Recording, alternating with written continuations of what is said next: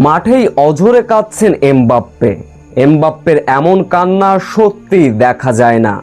ভুলে ভরা ফ্রান্স, সেই সুযোগ নিল স্পেন। গতবারের ফাইনালিস্ট ফ্রান্সকে রীতিমতো কেমন করে কাঁদিয়ে হারিয়ে ফাইনালে উঠে গেল স্পেন। না পেরে স্পেনের গোলরক্ষককে মারলেন এমবাপ্পে। ঠিক কি এমন ঘটেছিল মাঠে তখন? বিস্তারিত জানতে ভিডিওটি না টেনে সম্পূর্ণ দেখার অনুরোধ রইল।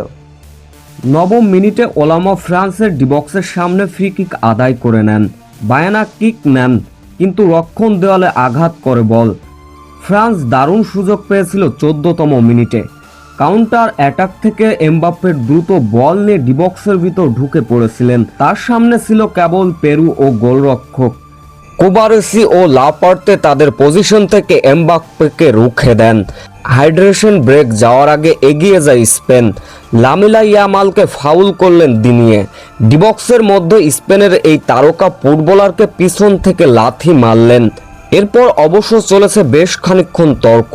এরপরে রিভিউর জন্য আবেদন করতে থাকেন স্পেনের ফুটবলাররা। মাঠে থাকা রেফারি সঙ্গে সঙ্গে ভিআর ডিসিশনে গেলেন। রিভিউতে স্পষ্টভাবে দেখা যায় লামিলা ইয়ামালকে পিছন থেকে ডিবক্সের ভিতর লাথি মেরেছিলেন। তাতে করে প্ল্যানটি পেয়ে যায় স্পেন। ম্যাচের 23তম মিনিটে প্ল্যানটি শট মারতে আসলেন ওরাজাবেল।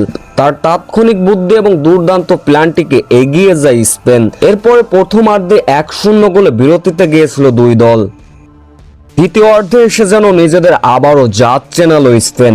ম্যাচের বয়স যখন 58 মিনিট, তখনই আক্রমণে গেল স্পেন।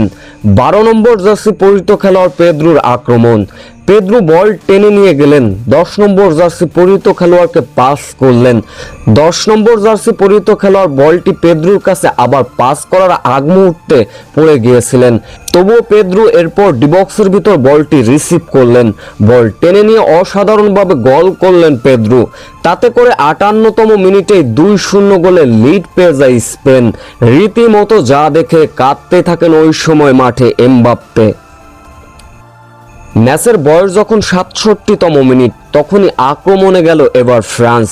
ফ্রান্সের দূরপাল্লার শট, কিন্তু স্পেনের গোলরক্ষক সেটাকে রুখে দিলেন। তাতে করে হতাশার মাত্রা আবারও বেড়ে গেল এবার ফ্রান্সের। ম্যাচের 75তম মিনিটে এমবাপ্পেকে অবৈধভাবে বাধা প্রদান করলেন স্পেনের ফুটবলার। তাতে করে ডিবক্সের একটু বাইরে থেকে ফ্রি কিক আদায় করে নেয় ফ্রান্স। তাতে করে গোল হবার সম্ভাবনা জাগলেও গোল করতে ব্যর্থ হলো এবার সেই ফ্রান্স। ম্যাচের শেষ ভাগে আক্রমণে গেল এবার ফ্রান্স। স্পেনের গোলরক্ষকের হাতে বল। স্পেনের গোলরক্ষককে ঝাঁপিয়ে পড়ে মার দিলেন। তাতে করে হলুদ কার্ড প্রদান করতে হয় এমবাপ্পেকে মাঠে থাকা রেফারি, যা এমবাপ্পের জন্য সত্যিই ছিল লজ্জাজনক।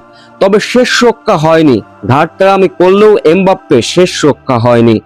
রীতিমতো ফ্রান্সকে কাঁদিয়ে রীতিমতো ফাইনালে উঠে গেল স্পেন। এমন হারের পরে রীতিমতো কান্নায় ভেঙে পড়েছিলেন এমবাপ্পে।